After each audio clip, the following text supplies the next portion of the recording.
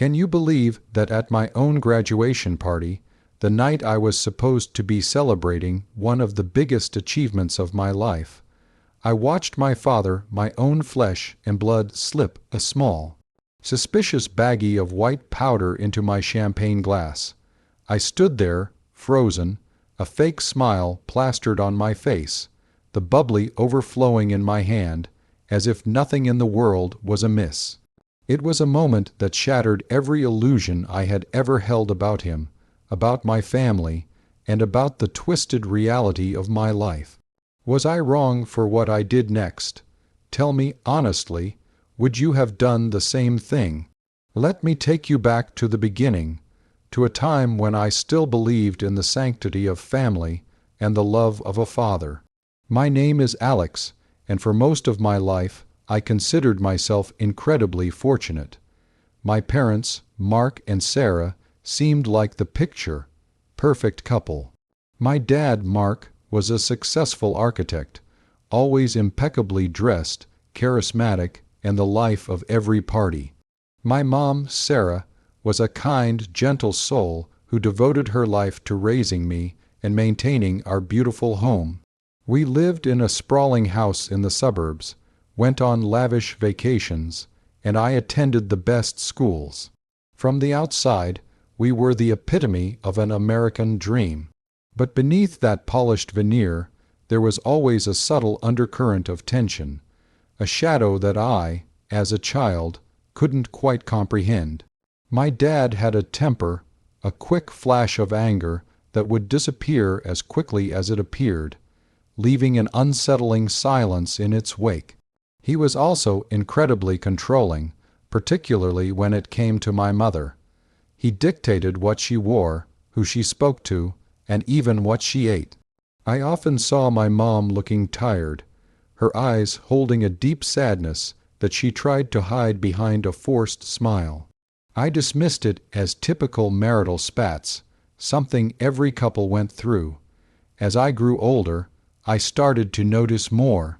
My dad's controlling nature extended to me. He micromanaged my studies, my friendships, and my aspirations.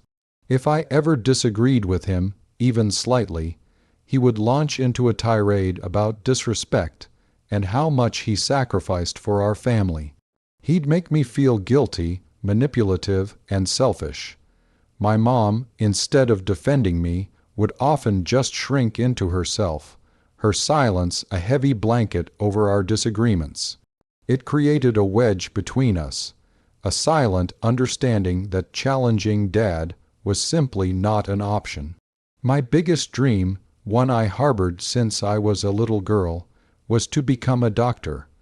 I excelled in science and loved the idea of helping people. My dad, however, had other plans. He wanted me to follow in his footsteps, to study architecture, or at the very least, something in business that would allow me to take over his firm one day. He believed women belonged in supportive roles, not in demanding professions like medicine. The arguments were constant, each one more draining than the last. He would belittle my intelligence, scoff at my ambition, and dismiss my passion as a fleeting fancy. My mom would always intervene, not to support me, but to de-escalate, whispering for me to just agree with him to keep the peace. It was soul-crushing. Despite his opposition, I secretly applied to medical schools. I poured all my energy into my studies, determined to prove him wrong, not just to him, but to myself. The acceptance letter from my dream university, with a full scholarship, felt like a golden ticket to freedom. I was ecstatic, but also terrified of telling my dad. When I finally broke the news, his reaction was explosive. He screamed, he raged, he called me ungrateful and selfish. He threatened to cut me off financially, to disown me, to make sure I failed. My mom, for the first time, stood up to him, not for me, but to beg him not to ruin my future. She pleaded with him to consider how hard I had worked. To my surprise, he eventually backed down, though begrudgingly. He made it clear that he expected me to still maintain ties to his firm, to dabble in business during my breaks, and to never forget who paid for everything, even if it was a scholarship. It was a hollow victory, but a victory nonetheless. University was my escape.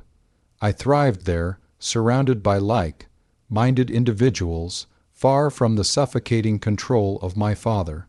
I excelled in my courses, made wonderful friends, and finally felt like I was truly living. My visits home became less frequent, and each time I returned, the tension in the house felt heavier, the silence between my parents more strained. My mom looked increasingly frail, her once vibrant spirit dimmed. She would call me often, her voice laced with worry, but she never explicitly stated what was wrong. She'd just hint at my dad's increasing temper, his late nights, and the strange, unfamiliar people he was bringing home. Then came the calls, unfamiliar numbers, hang-ups, sometimes a muffled voice on the other end asking for Mark or the boss. I brushed them off as wrong numbers at first, but they became more frequent, more insistent. One day, while I was home for a short break, I accidentally overheard a hushed conversation between my parents. My dad was furious, yelling about the money and the New Deal. My mom was crying, begging him to stop, to think about me. He dismissed her, telling her she knew nothing about business. It was unsettling, but I was so wrapped up in my own studies and plans that I didn't probe further. I regret that deeply now. My graduation day finally arrived. It was a beautiful spring day, the air filled with excitement and promise. My parents, my grandparents, and a few close family friends gathered at our house for a celebratory party. My dad, in his element, was charming everyone, raising toasts, and basking in the glow of my achievement, portraying himself as the proud, supportive father. He kept making thinly veiled comments about how I was finally ready for the real world, hinting at his expectation for me to join his business. I just smiled, nodded, and steered conversations away, my mind already dreaming of medical school. The party was in full swing. Laughter, music, the clinking of glasses. I was circulating, thanking everyone, feeling a genuine sense of accomplishment. My dad, ever the host, called me over to the bar area where he was mixing drinks. He handed me a champagne flute, already filled. To my brilliant daughter, the future doctor, he boomed, raising his own glass.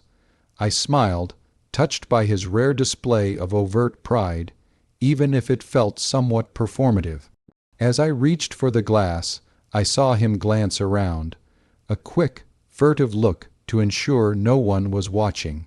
Then, from the inner pocket of his blazer, he pulled out a tiny, clear plastic baggie.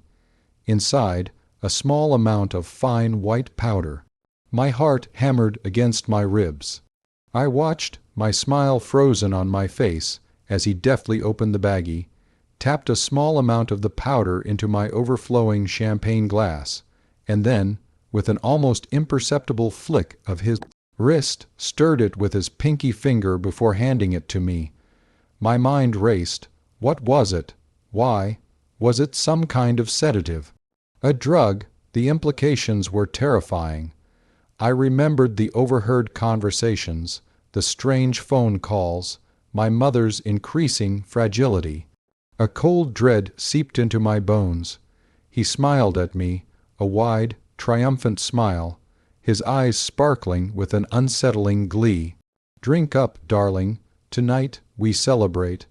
I took the glass, my hand trembling slightly, but I kept my composure. I had to. I couldn't let him know I saw. I pretended to take a sip, my eyes scanning the room for an escape. My mom was across the room, talking to my aunt, looking tired as usual. I needed a plan, and I needed it fast.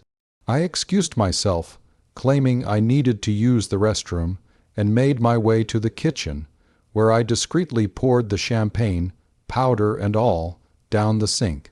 My mind was in overdrive. I couldn't just confront him without proof, and I certainly couldn't drink whatever he had put in there. So, that's the situation I was in. My own father, at my graduation party, tried to drug me, and I had to make a choice. Before I tell you what happened next, I want you to pause and comment below what you would have done in my shoes. Would you have confronted him? Would you have gathered proof? Or would you have simply walked away and cut him out of your life right then and there? I knew I couldn't just let it go. This wasn't just about me. It was about my mom, about years of veiled control and manipulation. I had to expose him, not just for my sake, but for hers. My mind, trained in logical thinking from years of scientific study, quickly formulated a plan. I grabbed a fresh champagne glass, filled it with sparkling cider no one would notice the difference, and returned to the party, plastering my fake smile back on. I spent the next hour acting as if nothing had happened, laughing, chatting, and keeping a watchful eye on my father. He kept glancing at me, a strange, expectant look on his face, as if waiting for me to suddenly become drowsy or confused. It fueled my resolve. Later that evening, after most of the guests had left, and only my immediate family remained, I put my plan into action. I had been carrying a small, voice-activated recorder in my pocket, a habit I picked up from a true crime podcast I loved. I made sure it was on. I approached my father, feigning a sudden light-headedness. "Dad." I slurred, pretending to stumble slightly. "I'm feeling a bit off. I think maybe I had a little too much champagne." He immediately perked up, a smug look spreading across his face. "Oh really, darling? Well, it was a celebratory night. Perhaps you just need to rest." "But it's strange," I continued, pressing him. "I feel foggy, like I can't quite think straight. Did you see anything odd with my drink earlier?" He stiffened, his eyes narrowing slightly. "What are you talking about, Alex? Don't be ridiculous. It was just champagne." "No, I remember seeing you by the bar." I pressed, keeping my voice wavering. "You were holding a little bag, and then you put something in my glass. I thought I was imagining things." He paled, his confident demeanor cracking. "Alex, stop this nonsense. You've had too much to drink. You're imagining things." My mother, who had been quietly observing from the couch, suddenly looked up, her eyes wide with fear. "Mark," she whispered, her voice barely audible, "what is she talking about?" This was my moment. I locked eyes with my father. "No, Mom, I'm not imagining it. He put something in my drink, something from a little plastic bag." My voice, though still feigning weakness, held a newfound steel. My dad's face twisted into a snarl. "You ungrateful brat. How dare you accuse me of such a thing, after everything I've done for you?" "Everything you've done for me?" I scoffed, dropping the act entirely. My voice was clear and strong now. "Everything you've done to control me, you mean, to keep me exactly where you want me, to stop me from having my own life." He lunged forward, his hand raised as if to strike me, but he stopped short, perhaps remembering my mother was there. My mom, for the first time in years, found her voice. "Mark, stop it. What did you do to her drink?" He finally snapped. She was getting out of hand. She was going to run off to medical school, forget all about us, forget about the business. I needed to calm her down, make her see reason. He practically spat the words out. "It was just a mild sedative, Sarah, to make her pliable, to make her listen to sense." The confession hung in the air, cold and undeniable. My mother gasped, clutching her chest. Her face was a mask of horror and betrayal. I felt a surge of triumph, cold and hard. "A sedative, to make me pliable," I repeated, my voice filled with disgust. "You tried to drug your own daughter at her graduation party because you couldn't stand the idea of me having a future that didn't involve you." He stood there, panting, his eyes wild. He knew he was caught. I pulled out the voice recorder, its small red light blinking, "And it's all right here, Dad, your confession, every word." The color drained from his face. He looked from me to the recorder, then to my mother, who was now openly weeping. The silence in the room was deafening, broken only by my mother's choked sobs. He had nothing left to say. His carefully constructed facade had crumbled into dust. The aftermath was brutal. My mother, devastated and enraged, finally left him. She had endured years of his abuse and control, but the attempt to drug her own daughter was the final straw. She packed her bags and moved in with my aunt, taking control of her life for the first time in decades. I provided her with the recording, and with the help of a lawyer, she initiated divorce proceedings, ensuring she received a fair settlement. My father's carefully curated reputation was in tatters. The news of his actions and the impending divorce spread like wildfire through our social circles. His business suffered, clients pulling out, unwilling to associate with someone capable of such a heinous act. He tried to deny everything, to portray me as an unstable, vindictive child, but the recording and my mother's unwavering testimony were irrefutable. I never pressed charges for the drugging itself. My focus was on my mother's liberation and my own peace. As for me, I went to medical school with a clear conscience and an even stronger resolve. I learned a bitter lesson about trust and the insidious nature of control, but I also learned about my own strength. I finally broke free from his shadow, forging my own path, unburdened by his expectations or manipulations. My relationship with my mother healed and grew stronger than ever. She found a new lease on life, pursuing hobbies she had long abandoned, and even started a small business of her own. We often talk, and she expresses her gratitude for my courage, though I always remind her that she found her own strength. This experience, as painful as it was, taught me the importance of listening to your gut, of standing up for yourself, and of protecting those you love. Sometimes, the most dangerous monsters wear the faces of those closest to us. It was a harsh awakening, but one that ultimately led me to a life of authenticity and freedom. So, that's my story. A graduation party that turned into a revelation, a father exposed, and a new beginning forged from betrayal. If you were on my side, if you believe I did the right thing, then please like this video. Subscribe for more stories like this, where I share personal experiences and navigate complex dilemmas. And most importantly, share your final thoughts on this whole mess in the comments section below. What would you have done? What did you think of my father's actions? I'm eager to hear your perspectives. I'll see you all in the next story.